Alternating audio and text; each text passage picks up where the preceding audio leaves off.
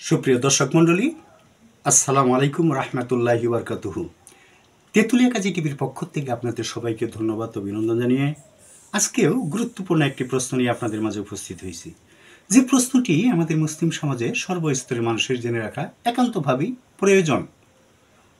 আজকের প্রশ্নটি হলো, 5 ওয়াক্ত নামাজে দোয়া করার প্রমাণ কি? এর উত্তর হলো, 5 ওয়াক্ত নামাজের পর হাত তুলে দোয়া করা রাসূল সাল্লাল্লাহু আলাইহি সাল্লামের সুন্নত। হিসনে হাসিন নামক হাদিসের একটি গ্রহণযোগ্য কিতাবে, যেখানে দোয়ার মধ্যে হাত ওঠানো এবং দোয়ার পরে চেহারার উপরে হাত ফেরানো সম্পর্কীয় মারফু হাদিস সমূহ রয়েছে এবং নামাজের পরে দোয়া সুন্নত হওয়ার বিষয়টিও রয়েছে। তাই সে নামাজের পর দোয়া না করা সুন্নত পরিপন্থী।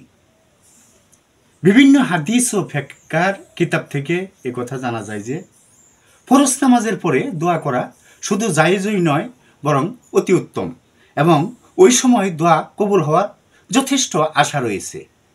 সহিহ হাদিস এবং ফিকহি বর্ণনাসমূহ থেকে একথা সুস্পষ্ট প্রমাণিত হয়ে গেছে যে ফরজ নামাজের পর সুন্নতের আগে দোয়া করা এবং দোয়া মাসুরা পরিমাণ দোয়া ও জিকির করা কোনো প্রকার মাকরুহ হওয়া ছাড়াই জায়েজ, বরং তখন দোয়া করা উত্তম এবং সে সময়ের দোয়া কবুল হওয়া আরও বেশি আশা করা যায়।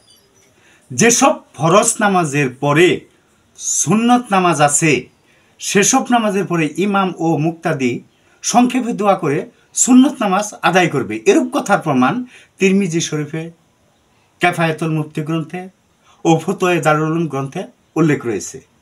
প্রিয় দর্শক মণ্ডলী, আজ এ পর্যন্তই। আপনারা ভালো থাকুন, সুস্থ থাকুন। আপনাদের সকলে মঙ্গল উন্নতি কামনা করে আজকের প্রশ্নোত্তর অনুষ্ঠান এখানেই শেষ করছি। আসসালামু আলাইকুম ওয়া রাহমাতুল্লাহি ওয়া বারাকাতুহু।